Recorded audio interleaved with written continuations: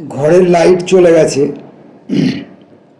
অতএব অল্প আলোয় আজকে পড়তে হবে।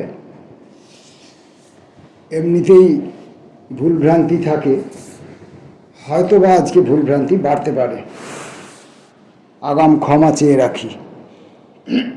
আমরা পড়ছিলাম আপিলা চাপিলার 17তম পর্ব থেকে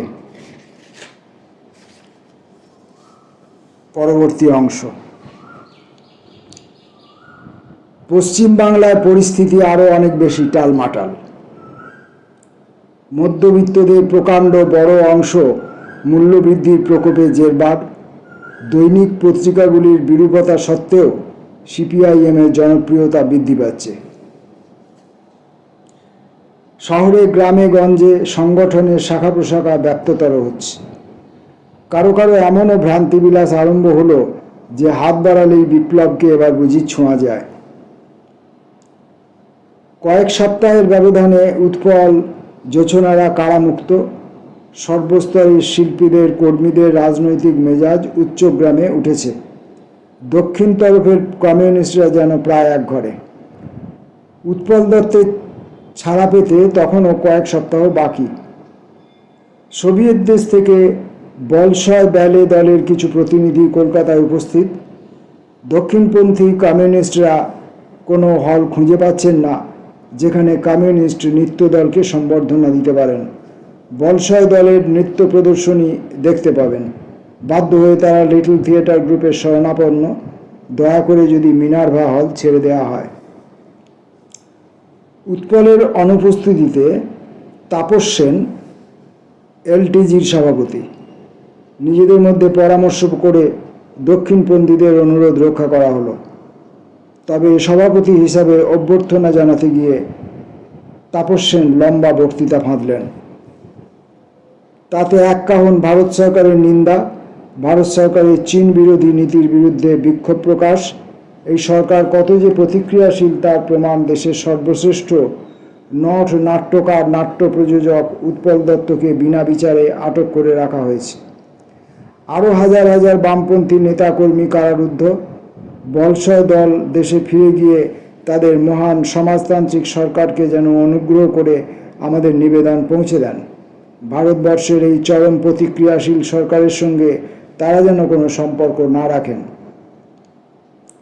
সেজেগুজে দক্ষিণপন্থী কমিউনিস্টরা ঝেঁটিয়ে বলশয় নৃত্য দেখতে এসেছেন। তারা রেগে কাই, অথচ কিছু বলার সাহস নেই। তাহলে হয়তো লিটল থিয়েটার গ্রুপ মিনার্ভা হলে নৃত্য প্রদর্শনী বন্ধ করে দেবে। বাংলা খবরের কাগজের ভাষায় যাকে বলা হয় অগ্নিগর্ভ, ঠিক সেরকম অবস্থায় পশ্চিমবাংলা পৌঁছে গেল। সে বছর যদিও শস্যে টান পড়েছিল, রাজ্য সরকার জমিদার জোতদার ও ব্যবসায়ীদের কাছ থেকে ধান সংগ্রহের পরিমাণ কেন্দ্রের নির্দেশে বাড়িয়ে দেওয়ার সিদ্ধান্ত নিলেন। অজয় মুখোপাধ্যায়ের মতো বহু আজন্ম কংগ্রেসীর মনে অনেক অসন্তোষ জমা ছিল অতুল্য ঘোষ পরিচালিত প্রফুল্ল সেনের নেতৃত্বে গঠিত রাজ্যের কংগ্রেস সরকার সম্পর্কে। জোতদার জমিদারদের একটা প্রভাবশালী অংশ অজয়বাবুর সঙ্গে কংগ্রেস থেকে বেরিয়ে এলেন। হুমায়ুন কবির, যিনি ইন্দিরা গান্ধীর মন্ত্রিসভায় ঠাঁই পাননি, তিনিও বেরিয়ে এসে অজয়বাবুর সঙ্গে হাত মেলালেন। অর্থাৎ পশ্চিমবাংলায় কংগ্রেস দল দ্বিখণ্ডিত। পাশাপাশি রেশনে অপরিমিত সরবরাহ, মজুদাররা তাদের চিরাচরিত ধর্ম পালন করছেন। বুভুক্ষা শঙ্কিত মানুষজন রাস্তায় বেরিয়ে এসে বিক্ষোভ জানাচ্ছেন যত্রতত্র বিশৃঙ্খলা, অরাজকতার পূর্ব লক্ষণ। নদিয়া জেলার নানা জায়গায় পুলিশের গুলিতে মিছিলে সামিল হওয়ায় কয়েকটি অবোধ শিশুর মৃত্যু। জনসাধারণের মেজাজ আরও চড়ল। নাও পত্রিকার সম্পাদকীয় মন্তব্যে আমরা আরও আগুন ছড়িয়ে দিতে লাগলাম। রাজ্য সরকার কিছুটা পিছু পা হলেন। একটু একটু করে রাজনৈতিক কর্মী ও নেতারা ছাড়া পেতে শুরু করলেন। উৎপল জোছনরাও সেই সঙ্গে। কল্লোলের সাফল্য গগনস্পর্শী। বাড়তি প্রদর্শনীর ব্যবস্থা করেও দর্শকদের আগ্রহ মেটানো যাচ্ছে না। তারা তো দর্শক নন, তারা যেন বিপ্লবের অগ্রদূত। নাট্যশিল্পী ও কর্মীদের সংঘবদ্ধতা আরও জোরদার হলো উদ্দামতার মধ্যে সবাই। সিপিআইএমের পলিট ব্যুরোর সদস্যরা সবাই একসঙ্গে বন্দিত্ব থেকে মুক্তি পেলেন। তখনও কেন্দ্রীয় কমিটির দপ্তর কলকাতায়, লেক প্লেসে। মুক্তির পর পলিট ব্যুরোর প্রথম বৈঠক বসল কলকাতাতেই। উৎপলের নাটকীয়তার অভাব কোনোদিনই ছিল না। কলকাতার জনসাধারণের পক্ষ থেকে পলিট ব্যুরোর সদস্যদের ময়দানে অভিনন্দন জানানো হলো। লিটল থিয়েটার গ্রুপ থেকে সিদ্ধান্ত, কল্লোলের উদ্দীপক উত্তেজক দৃশ্যগুলির একটি দুটি ময়দানে সেই সভায় উপস্থাপন করা হবে। সে এক আশ্চর্য মনোমোহন দৃশ্য। সারি দিয়ে নেতারা সামনে বসে আছেন, বাইরের আলো নিভিয়ে দেওয়া হয়েছে। গোটা মঞ্চ জুড়ে খাইবার জাহাজের উদ্ধত উপস্থিতি, রেটিংদের উচ্চনাদ, নো সারেন্ডার, লাল ঝান্ডা কেঁপে কেঁপে একটু একটু করে আকাশের দিকে উঠছে। আন্তর্জাতিক সঙ্গীত, তার সঙ্গে হাজার হাজার জুতোবদ্ধ জনতার কণ্ঠ মেলানো। কলকাতার দখল পুরোপুরি যেন বামপন্থীদের হাতে চলে গেছে। সরকার ম্রিয়মাণ, প্রায় কিং কর্তব্য বিমূঢ়। খাদ্যের দাবিতে, বাড়তি মজুরির দাবিতে, বন্ধ কারখানা খোলার দাবিতে সপ্তাহে সপ্তাহে হরতাল, ধর্মঘট। কলকাতার প্রতিটি অঞ্চল স্তব্ধ হয়ে আসা। সবচেয়ে রোমাঞ্চকর ঘটনা, সেপ্টেম্বর মাসে 48 ঘণ্টাব্যাপী ধর্মঘট ঘোষণা বামপন্থী দলগুলির পক্ষ থেকে। এমন নিঃশব্দ রূপ মহানগরী এর আগে কোনোদিন পরিগ্রহ করেনি, পরেও না। জননেতা হিসাবে জ্যোতি বসুর প্রখ্যাতি তুঙ্গে। স্কটিশ চার্চ কলেজে ছাত্রাবস্থা থেকে সমর সেনের সঙ্গে স্নেহাংশুকান্ত আচার্যের বন্ধুত্ব। স্নেহাংশুবাবু কয়েক মাস আগে জেল থেকে বেরিয়ে এসেছেন। নাও পত্রিকায় চে গুয়েভারার সঙ্গে আমার সাক্ষাতের বিবরণ পড়ে আমার সঙ্গে দেখা করার জন্য আগ্রহ প্রকাশ করলেন। সমরবাবু বলামাত্র আলাপ করিয়ে দিলেন। 65 সালের মাঝামাঝি থেকে 27 বেকার রোডে আমার নিয়মিত আসা যাওয়া, কখনো সমরবাবুর সঙ্গে, কখনো একা। স্নেহাংশু ও সুপ্রিয়া আচার্য তাদের আতিথেয়তার জন্য সুবিখ্যাত। তার উপর নাও পত্রিকা এবং অন্যত্র আমার রচনাদি পড়ে তারা বুঝে নিলেন অনুকম্পাই একজনকে পাওয়া গেছে। আশ্চর্য চরিত্রের মানুষ ছিলেন স্নেহাংশু আচার্য। ময়মনসিংহের মহারাজকুমার, বিখ্যাত ব্যারিস্টার ব্যোমকেশ চক্রবর্তীর দৌহিত্য, আভিজাত্য তার রন্ধ্রে রন্ধ্রে। অথচ সর্বস্তরের সব রকম লোকজনের সঙ্গে আক্লেশে মিশতে পারেন। মজলিসি মানুষ, যে কোনো আড্ডায় প্রাণপুরুষ, খিস্তি খেউড়ে অপ্রতিদ্বন্দ্বী নায়ক। যে কোনো ক্রীড়া চর্চায় একেবারে সামনের সারিতে, সঙ্গীতের আসরেও সমান ওজনদার। মানব মনের প্রক্রিয়া দুর্গেও এই মানুষটি ছাত্রাবস্থায় স্বাদেশিকতায় অনুপ্রাণিত হয়ে যুগান্তর গোষ্ঠীতে যোগ দিয়েছিলেন। সেখান থেকে অতল জলের আহ্বান, কমিউনিস্ট পার্টিতে অভিযাত্রা। আদর্শের প্রতি আনুগত্যে তাঁর সামান্যতম খামতি ছিল না। সর্ব ঋতুতে উদার হৃদয়, অপরিচিত পরিচিত বিপন্ন মুহূর্তে টাকা পয়সা দিয়ে, আইনি পরামর্শ দিয়ে, অন্যান্য বিবিধ উপায়ে যেন সহায়তার হাত বাড়িয়ে দিয়েছেন। পার্টিকে সাহায্যের ক্ষেত্রেও তাই।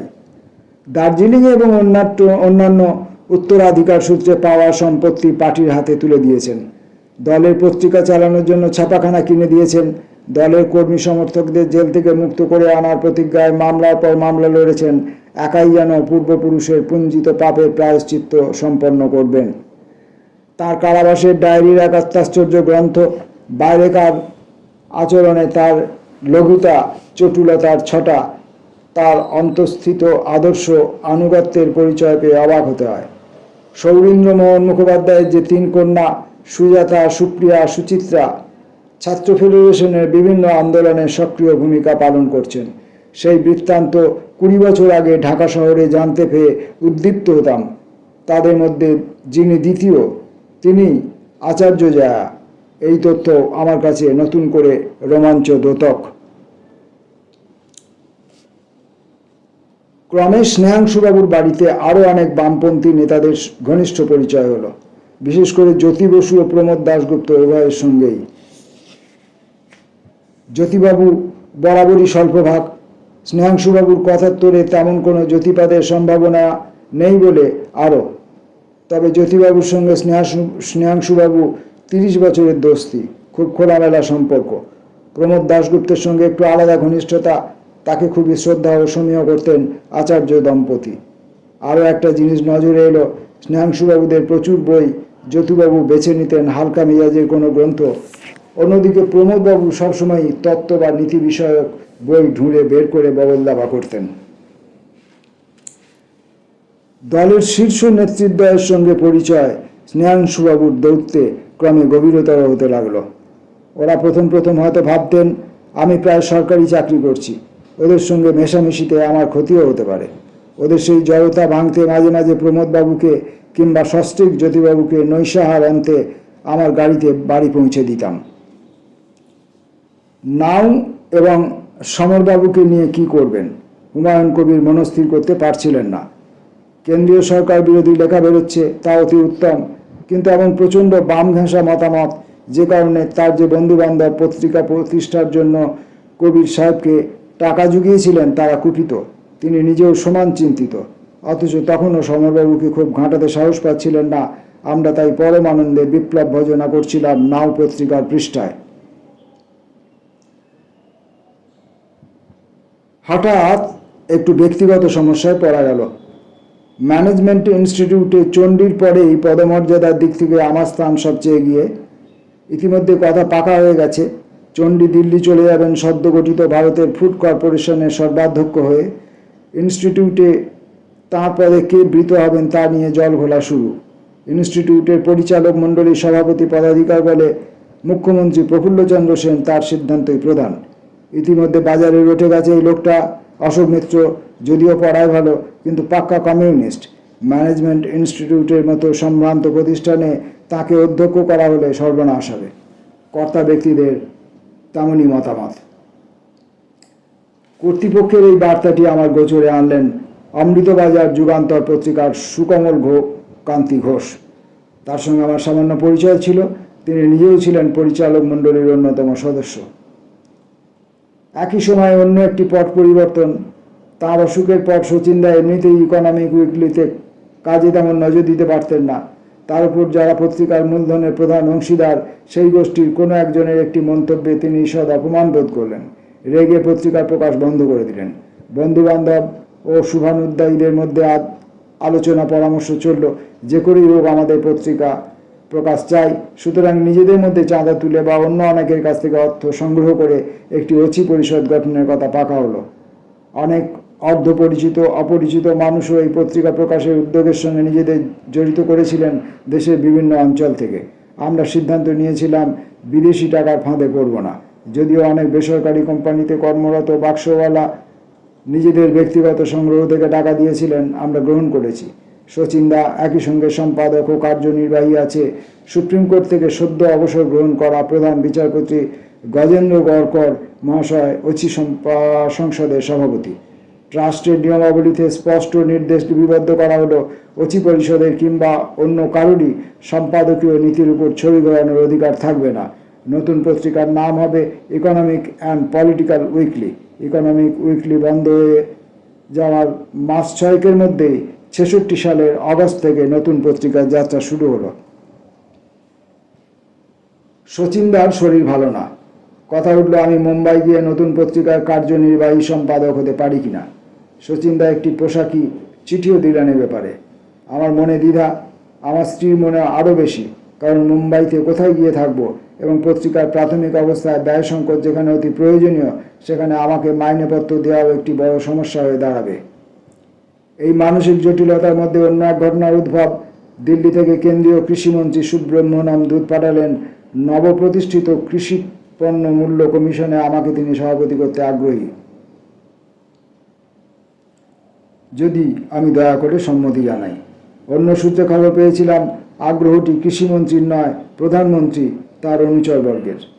ইন্দিরা গান্ধী তখন আশেপাশে, বোধহয় কৌশলগত কারণেই অনেক বামপন্থী মানুষজন জড়ো করছিলেন। বামপন্থীরাও হয়তো কৌশলগত কারণেই তার আশেপাশে জড়ো হচ্ছিলেন। এই বুঝি সুযোগ ক্ষমতার অলিন্দে প্রবেশ করবার, সেই সঙ্গে প্রতিক্রিয়াশীলদের রুখবার। প্রিয়জনদের সঙ্গে কথা বললাম, বিশেষ করে হরেকৃষ্ণ কুমার সহ রাজনৈতিক দু একজন নেতৃস্থানীয়দের সঙ্গে। তারা মত দিলেন দিল্লি চলে যাওয়াই শ্রেয়। ইউপিডব্লিউতে আমাদের হাতেই রইল। দিল্লি থেকে আমি শচীনদাকে যথেষ্ট সাহায্য করতে পারবো, কেন্দ্রীয় সরকারি অনুপ্রবেশ করা আরও অনেক বেশি জরুরি। শচীনদা একটু হতাশ হলেন, চণ্ডী হাত ছেড়ে বাঁচলেন। আমাকে ম্যানেজমেন্ট ইনস্টিটিউটের অধ্যক্ষ করা না গেলেও মহাভারত অশুদ্ধ হবে না, আমি তার চেয়েও অনেক বেশি গুরুত্বপূর্ণ পদে দিল্লি যাচ্ছি। এটাও মজার ব্যাপার, কমিউনিস্ট বলে প্রফুল্ল সেন আমাকে ইনস্টিটিউটের ডিরেক্টর বানালেন না, অথচ ইন্দিরা গান্ধী দিল্লিতে কেন্দ্রীয় সরকারের সচিব পদের সমপর্যায়ভুক্ত দায়িত্ব গ্রহণ করতে আহ্বান জানালেন। অনেকে তখন অবশ্য এরই মধ্যে তত্ত্ব আবিষ্কার করেছিলেন প্রফুল্ল সেন দক্ষিণগামী, ইন্দিরা গান্ধী বামের দিকে ঝুঁকছেন। অতএব 1966 সালের 1 নভেম্বর দিল্লিতে কৃষিপণ্য মূল্য কমিশনের সভাপতি হিসাবে যোগ দিলাম। আমার বয়স তখন সবে 38।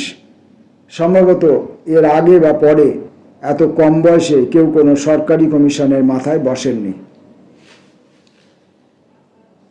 আপিলা চাপিলার 17তম পর্ব এখানে শেষ করলাম। নমস্কার।